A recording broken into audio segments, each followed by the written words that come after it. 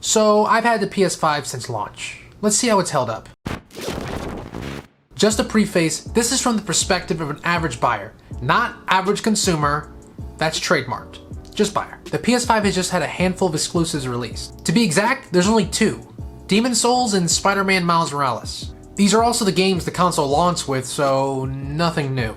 Yes, I'm aware that there's been some smaller indie games released over the last 5 months, but for the big ticket items, not much.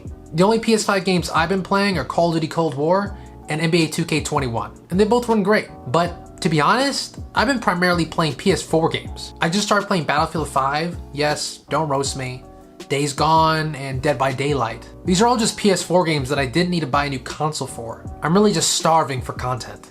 And that leads us to our next problem, the storage. The PS5 only has around 800 gigs, so it fills up fast. I had to rip the heart out of my PS4 to appease it, God bless its soul.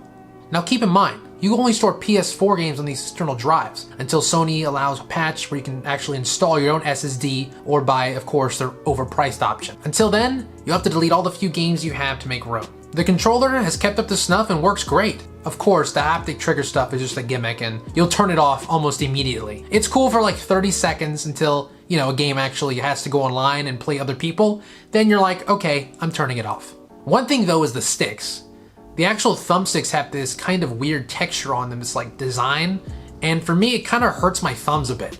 I didn't notice this until I was playing about 2.5 hours into a zombie match, and I noticed that my left thumb was just hurting really bad. But this might just be a PlayStation problem because my friend who was playing too was on PS4 and he had the same problem, so it might just be the PlayStation effect. Overall, the PS5 has been okay.